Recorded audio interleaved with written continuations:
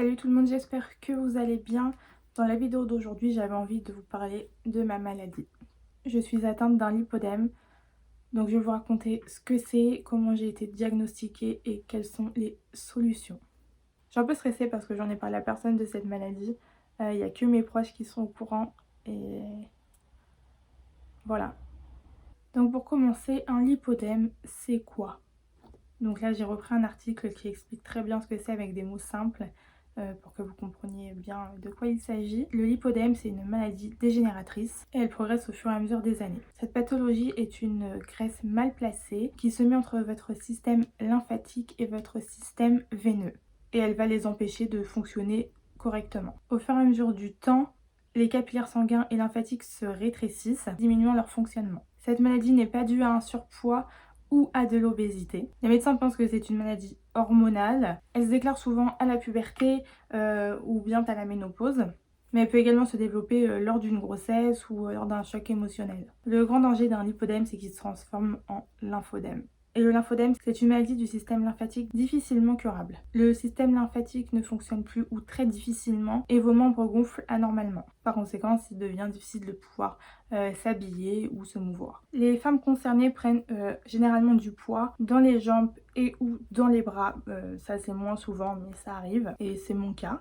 Et tout ça malgré un régime alimentaire équilibré et des activités sportives. Et l'accumulation accrue de cellules adipeuses ne peut être atténuée par une réduction calorique. Donc il existe plusieurs stades du lipodème. En général, on les divise en 3 stades et tous les symptômes peuvent varier d'une personne à une autre. Par exemple, tout le monde n'atteint pas le stade 3. Donc le stade 1, c'est une police des tissus adipeux sous-cutanés épais à consistance molle à la palpation. Le stade 2, c'est une peau irrégulière ressemblant à une peau d'orange. Nodules sous-cutanés de taille variable ressentis à la palpation. Et le stade 3, augmentation progressive du volume du tissu adipeux sous-cutané et induration plus importante et plus marquée qu'au stade 2. Aussi présence de gros nodules et de lambeaux de graisse molle déformant considérablement les membres. Quelle est la cause du lipodème? Alors il n'existe pas de recherche exhaustive du lipodème, mais une chose est sûre, c'est que ce n'est pas dû à une mauvaise alimentation ou à une consommation excessive de nourriture. Les médecins pensent que c'est génétique, mais que ça peut venir aussi des hormones. Donc les lipodèmes, ça commence souvent à la puberté et l'utilisation des contraceptifs oraux, donc les pilules, et les grossesses ou les ménopauses semblent aussi être des déclencheurs pour le lipodème. Alors ça touche pratiquement que des femmes, mais il existe aussi certains hommes qui sont touchés. Donc voilà, faut pas les oublier, il y en a aussi. Donc chez les hommes, ça pourrait être, selon les articles que j'ai trouvés, des déséquilibres hormonaux prononcés ou de cirrhose du foie. Quels sont les signes et les symptômes du lipodème? L'augmentation considérable de la taille des tissus, généralement bilatérale et symétrique sans atteindre les mains et les pieds. Donc ça touche plus souvent les jambes, donc les cuisses, les mollets, les chevilles, les genoux, les hanches, les fesses et ça peut aussi toucher les bras. Il y a aussi la douleur et la sensibilité extrême. Les zones atteintes sont très sensibles au toucher et à la pression et ça c'est vraiment mon cas. C'est un peu comme ça que je me suis rendu compte qu'il y avait un problème aussi puisque voilà, je comprenais pas pourquoi j'avais tout le temps mal quand juste on me appuie comme ça sur le bras, je ressens une douleur.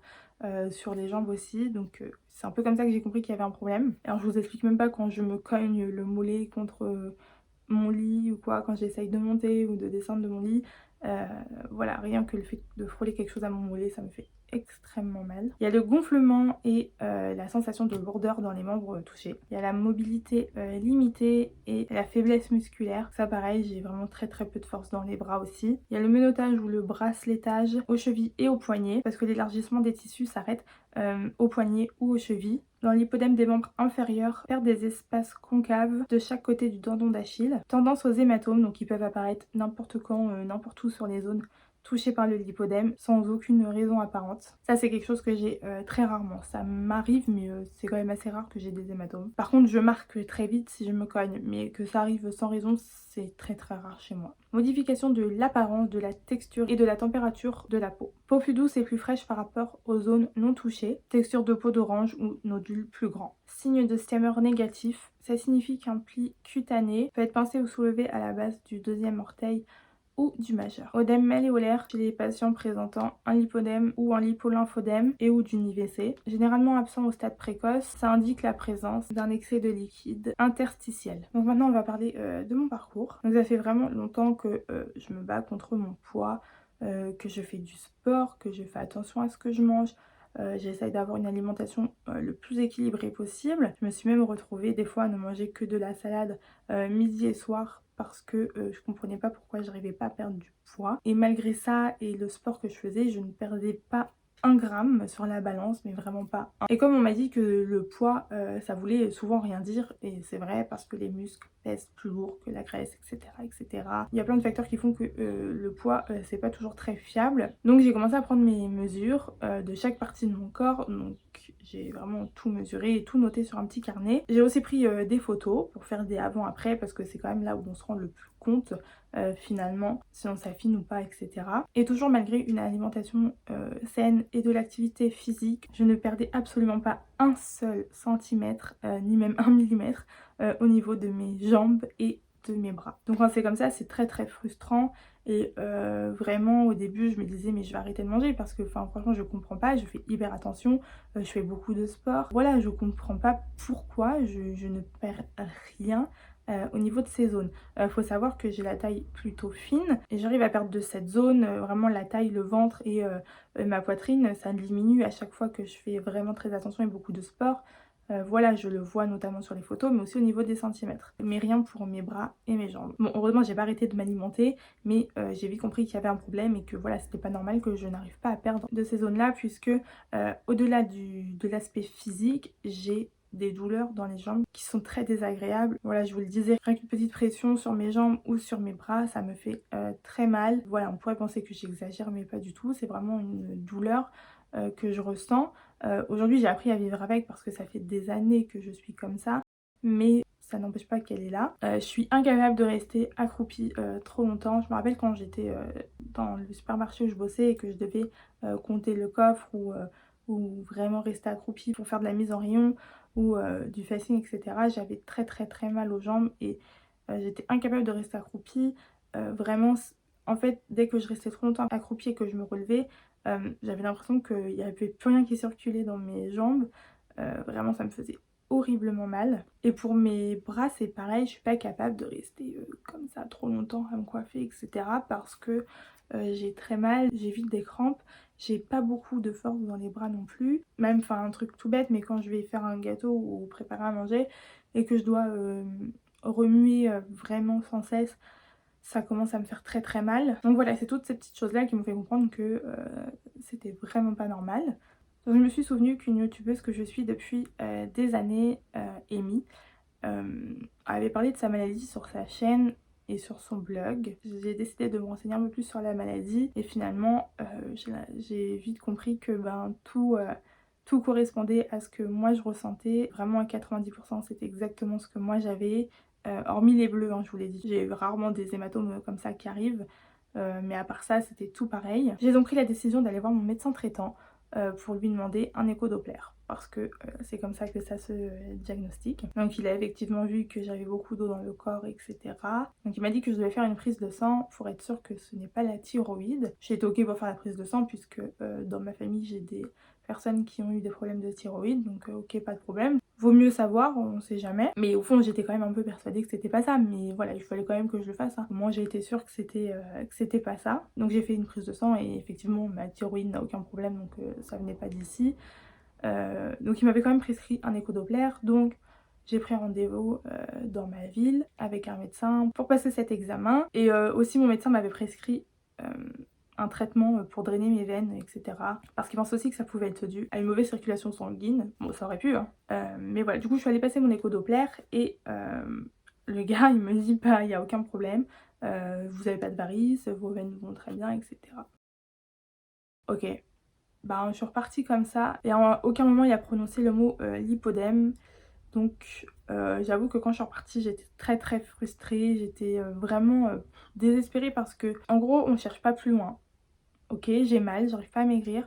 Euh, En tout cas de ces zones-là, je perds absolument pas 1 centimètre. Je m'affine pas non plus au vu des photos, mais j'ai rien, j'ai aucun problème. OK. Voilà, donc c'est super, bah, on donne des médicaments, puis on se dit que, bon, peut-être avec un coup de chance ça va fonctionner et voilà, au lieu de chercher plus loin.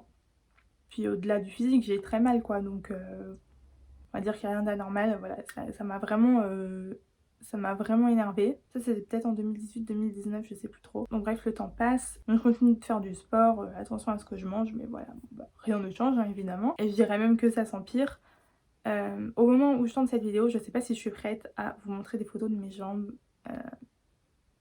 Euh, donc je vais au montage. Je vous préciserai si les photos que je poste, ce sont mes jambes ou celles de quelqu'un d'autre, vraiment avec l'accord de la personne hein, évidemment. Euh, voilà, je sais pas, on verra bien. Donc vient le confinement où je fais encore plus de sport. Donc là j'étais vraiment à fond, 5 voire 6 jours sur 7. Je suivais les lives de Sissi, donc voilà, j'étais vraiment à fond dans le sport encore plus qu'avant. Et je faisais encore plus attention à ce que je mangeais, je faisais quasiment aucun excès. Et je continuais à désespérer de plus en plus parce que j'avais toujours pas les mots sur ce que j'avais. Et pourtant, je continuais toujours pas à maigrir, ni à perdre en centimètres, ni à m'affiner sur les photos au niveau des bras et des jambes. Donc j'ai commencé à suivre plusieurs groupes qui parlaient du lipodème sur Facebook. Donc il y a vraiment beaucoup d'échanges sur ce groupe et chacun parle de ce qu'il ressent, de ses symptômes, des photos des jambes et je me dis bah, ça ressemble vraiment aux miennes. Donc voilà, j'étais persuadée que c'était ça, donc je décide de reprendre rendez-vous avec mon médecin traitant pour avoir un nouvel avis, donc repasser un écho-doppler. Donc cette fois-ci, je voulais le passer sur Paris, en tout cas avec un médecin qui connaît la maladie, puisque sur les groupes Facebook, il y a un document qui regroupe plusieurs médecins qui diagnostiquent la maladie. Donc je vais au rendez-vous avec mon médecin traitant, encore une fois, je lui explique que je n'arrive toujours pas à maigrir et que j'ai des douleurs qui sont toujours présentes. Donc je lui dis que je souhaite faire un nouvel écho-doppler. Donc du coup il m'a fait une lettre pour que je puisse passer un nouvel écho-doppler. Et qu'est-ce qu'il a fait? Il m'a refait une lettre pour que je fasse une prise de sang pour la thyroïde, encore une fois. Bon, du coup, je repasse cette prise de sang pour vraiment lui prouver que ça n'a rien à voir, que je n'ai pas de problème avec la thyroïde. Euh, bon, peu importe, je vais les repasser hein, pour lui faire plaisir et ben, devinez quoi, je n'ai toujours aucun problème avec ma thyroïde. Mais bon, bref, donc juillet 2020, je me rends à mon rendez-vous sur Paris. Je vais pas donner le nom du docteur. Si vous le voulez, venez me voir en privé sur les réseaux. Je vous répondrai avec plaisir, mais j'ai pas trop envie d'afficher les noms ici. Donc là, il m'examine et le verdict tombe. Je suis bien atteinte d'un lipodème. Je suis à un stade 2, voire 3, et je pense que là, depuis que j'y suis allée, j'ai atteint le stade 3. Et là, ben, c'est le soulagement, parce qu'il me dit clairement lui-même que je n'y suis pour rien, ce n'est pas de ma faute, que je pouvais rien y faire. Enfin voilà, même si je passais la journée à la salle de sport à me tuer au cardio ou même en mangeant le plus sainement possible, j'arriverai pas à perdre de ces zones. Donc c'est vraiment un soulagement de se dire que ben voilà en fait je peux rien y faire et voilà c'est pas ma faute. Donc il me dit aussi qu'il n'existe aucun traitement qui permet de guérir de cette maladie, que la seule solution vraiment radicale, c'est l'opération. Mais ça on y reviendra un peu plus tard dans la vidéo. Il existe néanmoins des solutions pour soulager, donc il m'a prescrit des massages drainants lymphatiques et un collant de compression. Donc je vous mettrai des photos au montage du collant. Il m'a coûté 400 € et j'ai été remboursée de même pas la moitié par la sécurité sociale. Donc en gros je crois de mémoire il m'est revenu à 250 €. Et c'est vraiment quelque chose qui me soulage, mais voilà il faut vraiment le porter 24 heures sur 24, 7 jours sur 7. Les seuls moments où tu l'as pas c'est quand ben, tu le mets à laver quoi.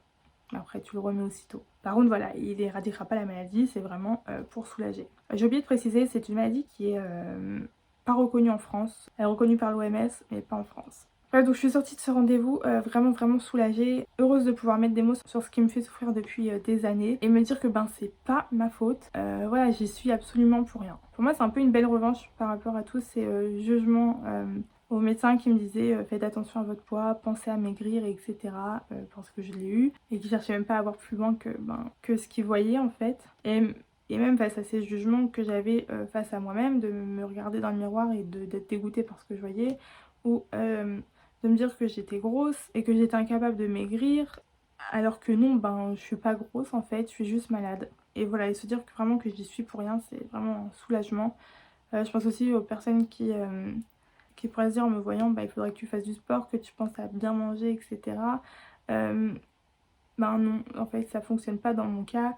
Et c'est vrai que des fois, juste manger, je sais pas, une pizza ou un truc comme ça, face à des gens qui pourraient pas forcément comprendre la maladie et qui se diraient mais putain mais elle est pas assez grosse comme ça, faut qu'elle fasse attention à ce qu'elle mange et tout, finalement c'est pas si simple que ça. Donc j'espère vraiment que pas mal de gens pourront prendre conscience que faut pas juger à l'aspect physique et voilà, il y a souvent quelque chose derrière tout ça. Donc par contre j'étais heureuse en sortant mais un peu inquiète quant à l'avenir puisque je me demandais comment j'allais faire pour que la maladie ne progresse pas. Donc j'ai continué à manger sainement. Autant que je pouvais en tout cas, j'ai continué à faire du sport et à porter mon collant mais ça n'a pas suffi. La maladie continue de progresser et les douleurs sont toujours là, voire beaucoup plus intenses. Parce que voilà, au-delà du physique, c'est une maladie douloureuse. Voilà, je vous le disais, j'ai appris à vivre avec la douleur, mais elle est quand même là. Après, à tort ou pas, je sais pas, mais j'écoute pas vraiment mon corps. Je ferai quand même du sport, même si j'ai mal, je vais quand même essayer de me surpasser. Récemment, rien que le fait de marcher, parce que j'aime bien me balader, me promener, voilà, marcher longtemps, etc.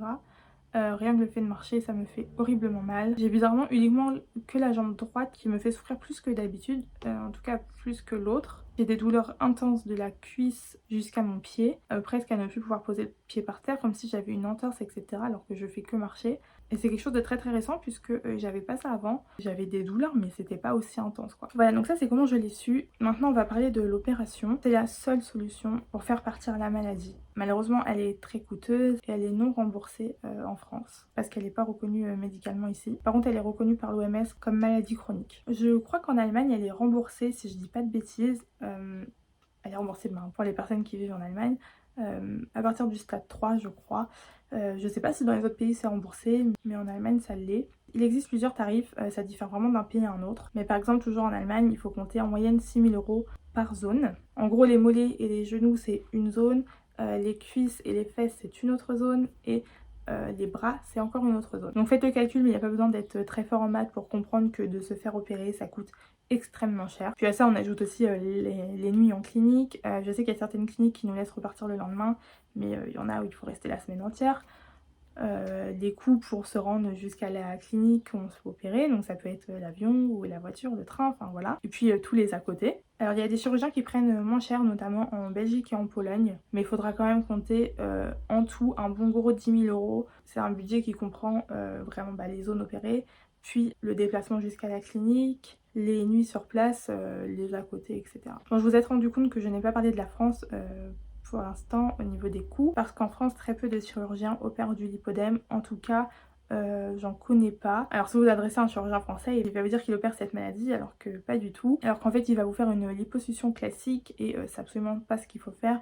Il y a plusieurs personnes qui se sont faites opérer en France par un chirurgien français, qui ont eu une liposuction classique et pour qui le lipodème est revenu. Alors j'ai vu récemment dans un des groupes Facebook que je suis, une fille s'est faite opérer en France par un chirurgien à Bordeaux, je crois, si je dis pas de bêtises. Alors apparemment il opère du lipodème avec la bonne technique qu'il faut, et si je vous dis pas de bêtises, ça lui est revenu genre à 7 000 € je crois la zone, avec les frais de la nuit dans la clinique qui s'élevait à 1 500 € je crois, l'anesthésiste à payer, etc. Voilà, ça fait quand même assez cher. Mais on n'a pas vraiment beaucoup de recul, en tout cas pas assez sur les chirurgiens en France. Personnellement, je préfère faire confiance à des gens qui opèrent ça depuis des années, puisque dans certains pays, la maladie est très connue et ils opèrent ça depuis des années et des années. Donc voilà, après chacun fait ce qu'il veut, mais moi je préfère pas me faire opérer en France. Du coup, c'est quoi la bonne technique? Il existe aujourd'hui une liposuction appelée la liposuction WAL, donc Water Assisted Liposuction. Elle est beaucoup moins traumatisante pour les tissus lymphatiques. Donc en gros, ça va être avec une machine BodyJet qui permet l'injection d'eau et l'aspiration en simultané. Donc je vous le disais, elle est peu traumatisante pour les tissus lymphatiques. Elle limite les souffrances physiques, permet au corps une meilleure récupération et il y a beaucoup moins d'hématomes qu'avec une liposuction traditionnelle. Et voilà, donc il y a très peu de chirurgiens esthétiques qui pratiquent cette technique en France. Je vous mettrai des articles en barre d'infos qui détaillent un peu plus que moi dans cette vidéo pour cette technique, vraiment les points positifs, etc. Mais voilà ce qu'il faut retenir. Donc aujourd'hui, j'ai pris la décision de me faire opérer parce qu'au-delà de l'aspect physique, c'est des douleurs qui sont là tous les jours, tout le temps et qui s'empirent. J'ai donc commencé les démarches pour me faire opérer en Pologne. Donc j'ai choisi la Pologne parce que là-bas il y a une chirurgienne très réputée qui connaît très bien la maladie, qui a des résultats incroyables, vraiment fous. Si je peux, je vous mettrai des photos au montage, mais voilà, il faut que je vois avec les personnes concernées si elles sont ok ou pas. En plus de ça, elle opère les jambes en une seule fois et ça c'est cool parce que ben, ça fait qu'un trajet. Voilà, c'est beaucoup moins onéreux aussi et pourtant c'est l'une des meilleures au niveau des résultats, même avec du recul, donc voilà. Malheureusement, comme je vous l'ai dit, c'est une opération qui est très coûteuse et c'est pourquoi je fais appel à votre générosité. Et pourtant, Dieu sait que je déteste demander de l'aide, mais voilà, pour pouvoir me faire opérer, j'ai besoin de votre aide. J'ai décidé de lancer une cagnotte. Je vous mettrai le lien en barre d'infos et je le partagerai aussi sur mes réseaux sociaux. Donc si vous avez envie de m'aider, ben, je vous en serai très reconnaissante. Il n'y a pas de minimum de dons, que ce soit 1 euro, 5 euros, 10 euros, enfin peu importe, tout don est bon à prendre. Enfin, si chacun qui regarde cette vidéo me donne 1 euro, ben, on sait jamais jusqu'où ça peut aller et il n'y a pas de petits dons en tout cas. Chaque aide compte. Voilà, je serais très reconnaissante si vous acceptiez de m'aider. Voilà, je force personne, il faut vraiment que ça vienne de vous et que vous ayez l'envie de le faire. Si jamais vous pouvez pas donner mais que vous voulez quand même m'aider, vous pouvez partager cette vidéo et partager la cagnotte aussi. Ça m'aiderait vraiment beaucoup et au-delà de ça, ça pourrait faire connaître la maladie qui est encore trop peu connue.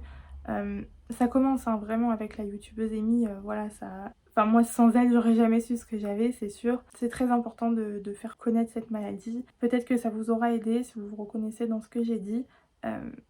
Voilà, je serais très contente d'avoir pu éclairer une personne qui souffrerait peut-être de cette maladie, on sait jamais. Voilà, je pense que j'ai fait le tour. J'ai essayé d'être le plus clair possible. Si jamais vous avez des questions, n'hésitez pas à me les poser, soit en commentaire ou en message privé sur les réseaux sociaux. Je vous répondrai avec plaisir. Je vous remercie énormément par avance.